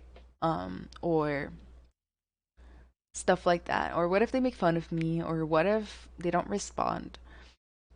And like that necessarily doesn't matter. Like, um,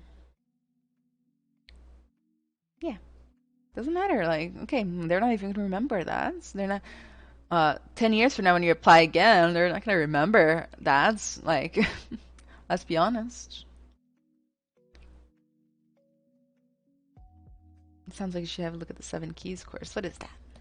Seven Keys course. 7 key ingredients. Oh, that must be it.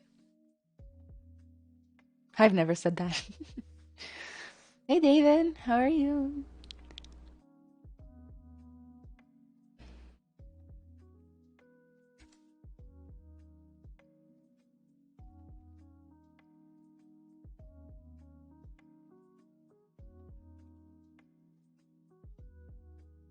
Not in a big sculpting mood, as you guys can probably tell today.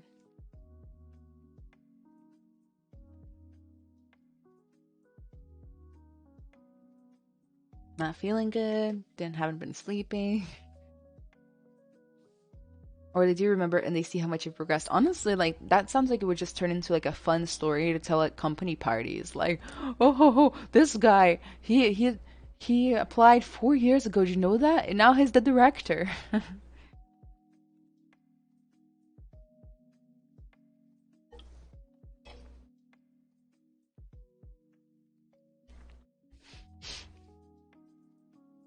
Oh, Saurav, thank you. Pedro, I saw many applications in ArtStation that say you need to have worked at least in a AAA title before.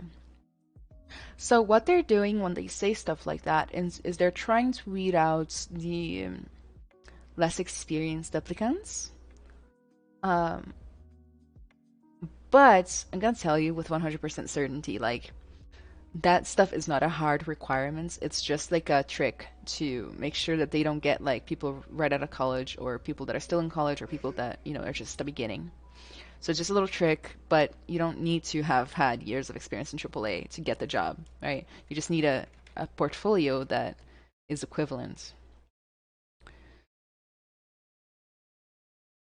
It's just a little trick, guys. Like, don't fall for it. And like it could go either way. You could not get the job, you could get the job. But honestly, that's the same options if you did have all those years of AAA experience. You could not get it and you could get it. What do you lose? Of course, I do recommend taking a good hard look at yourself as well and figuring out where you stand on where you fall on the totem pole of art skill.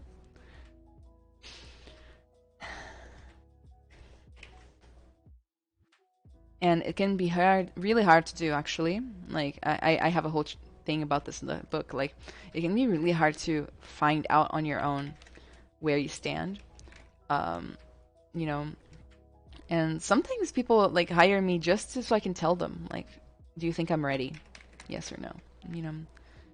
Um, and the important part is that if it's no, you just figure out what's missing and then you tackle those things. You got to be like really intelligent with your approach, right? You can't just be working on like some random stuff. You got to like work in a targeted way to close the gap between where you are and where you need to be. And you go from there. Work smart. I still learned a lot even though you did not sculpt a lot. Thank you, Ako-san. David, Ana, como funciona essas aparições ao vivo? A Pixologic te convida ou eu contrato pra você fazer? Às vezes ela convida, às vezes eles abrem aplicações. Como se chama? Tipo assim, para emprego, sabe? Mas não é um emprego, né? Digamos.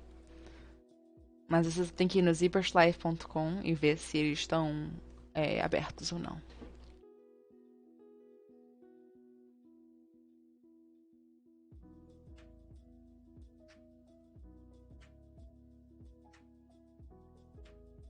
I'm so excited for you guys to see my book. It's gonna be cheap.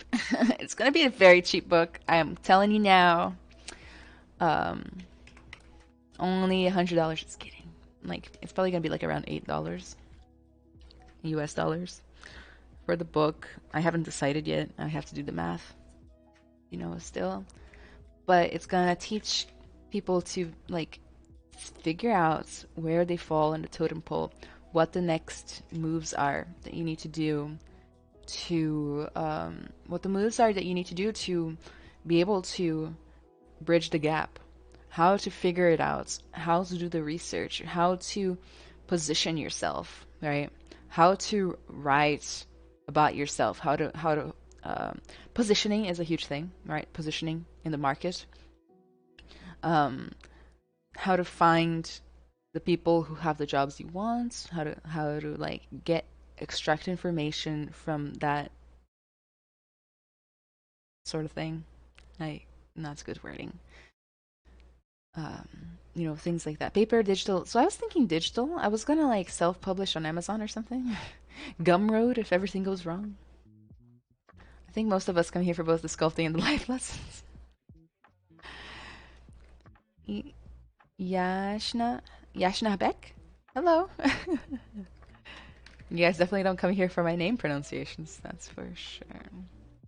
I feel so bad at school, man. Like, I can't pronounce a single person's name unless it's like Susie.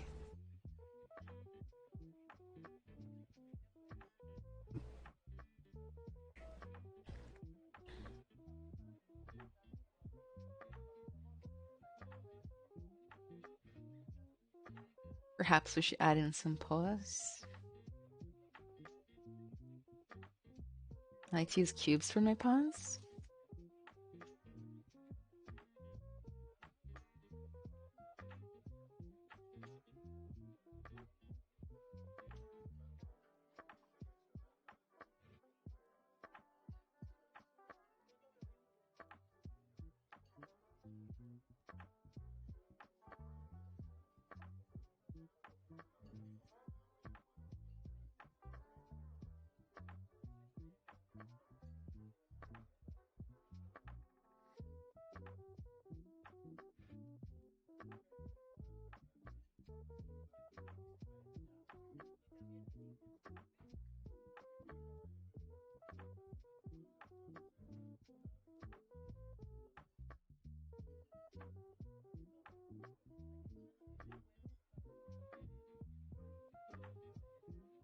That's a good sign. A copy for me. Do you use fiber mesh in your workflows? Almost never. I use fiber mesh actually in my workflows for hair cards. So like bake fiber mesh strands down onto a plane and then use it as a texture.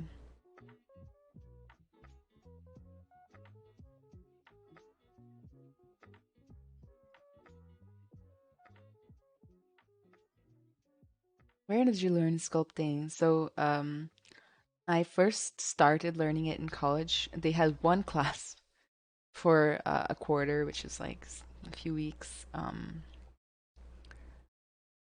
about ZBrush, and then I fell in love with it. And then the rest of the time, I just learned by myself on YouTube, courses online, and things like that.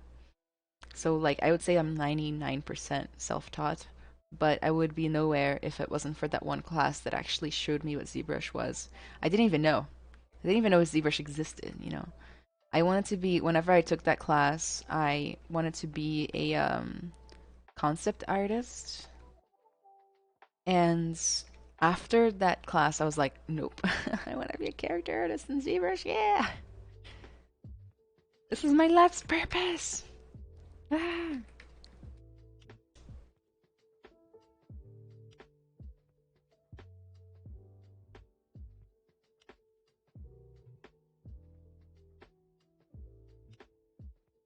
Tiger zombie, no.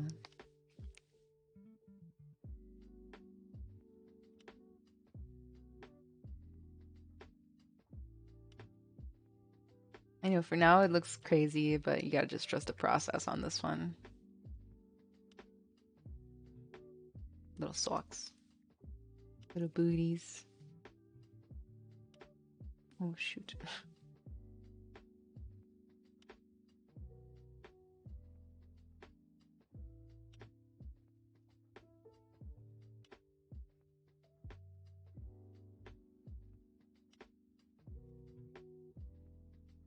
How do you say left click rotation is ZBrush? I don't know. I don't use the mouse, and I don't recommend using the mouse.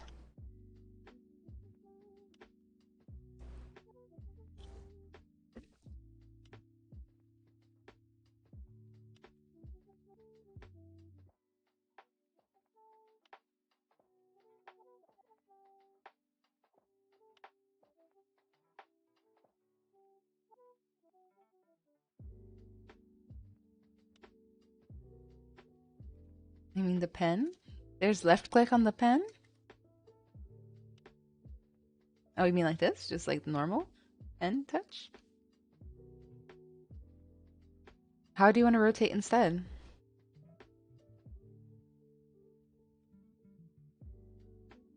You can always lock the camera. Oh, the tiger in socks sounds like a kid's butt. Você vai falar live amanhã? Não. Na verdade, eu estou descansando do meu canal pessoal. E eu vou começar a fazer live no dia 8 de janeiro. Todo domingo. Putting my links again in the chats. I stream on my personal YouTube channel, or Twitch channel, every Sunday at 5 p.m. Central, but I'm taking a break and I'm going to start again on the 8th of January, so make sure to follow me there. I am about to start posting free YouTube tutorials of ZBrush and a bunch of other kinds of videos like advice, Q&A, talks, and things like that on my YouTube. So make sure you follow that. That one link I just put in chats has all of my other links inside of it. So click on that. There's my Discord, which is like a free online server for you to hang out with other 3D artists, share your work, get feedback, ask questions, share tutorials, get tutorial, blah, blah, etc., etc. If you want to get a hold of me, do it through Instagram. Normally is the best way. But I also have Twitter and ArtStation and things like that. Following me on social media in general is the best way to keep up with my schedule, what's coming out, my launches, my tutorials, my artistic endeavors, when my mentorship and workshops are going back to accepting new people, which is actually in January. Starting January 1st, I'm going to open up my mentorship finally. It's been closed since July. I'm going to open up my mentorship for new people, and I'm going to open up my workshop for new people as well. So stay tuned on that. All right. Every month I had it open this year before July. It's sold out. Normally it sells out within like 5 days of opening. So make sure you're around for that. I'm actually like today or tomorrow I'm gonna set up a waiting list again. So I'll be able to share that with you guys, and you can get on the waiting list if you want to. The mentorship is a one-on-one experience, customized to each person. Basically, we establish where your strengths and weaknesses are, what your exact goals are, what you need to get there, right? We do projects, we do classes, workshops, demos, things like that. And the workshop is a 3D sculpting workshop where, like, it's not like this at all. It's actually like a classroom, like a full-on classroom experience, every Wednesdays. And every month we create a piece from beginning to end together, and we work hard, learn anatomy, learn sculpting fundamentals, things like that.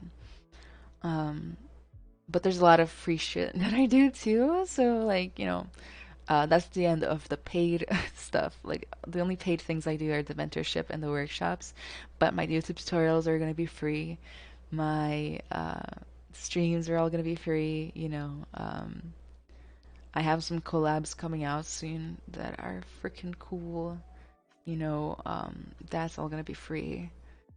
So stay tuned. Make sure to give me a follow on that stuff, and you will not regret it, hopefully. And if you do, just unfollow.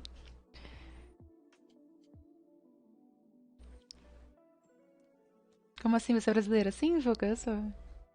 Boa tarde, Tony.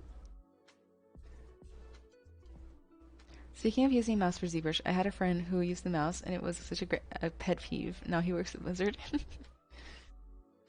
It's like, it's not about the tools, guys. Like, you just don't want to sabotage yourself by using subpart tools, but it's like, it's the end of the day, the work, right? I have no regrets taking the mentorship. Aw. Moro no Brasil? Não, eu moro nos Estados Unidos. Eu faço live em português no primeiro sábado de todos os meses aqui nesse canal. Um, but yeah, just happy to be here, guys. It's 1. I'm considering calling it a little early today. I need to I have a thing that I have to go to do at college soon, and I need to make sure I make room for lunch. Not a lot of progress was done with the tiger, but we are blocked out. For the next stream, I'm gonna try to refine the blockouts, but I won't go any further so that I can do the next steps with you guys. So make sure you are here for that. Você é brasileiro, sim, do Rio. So I'm gonna call it here. I know, I'm so sad.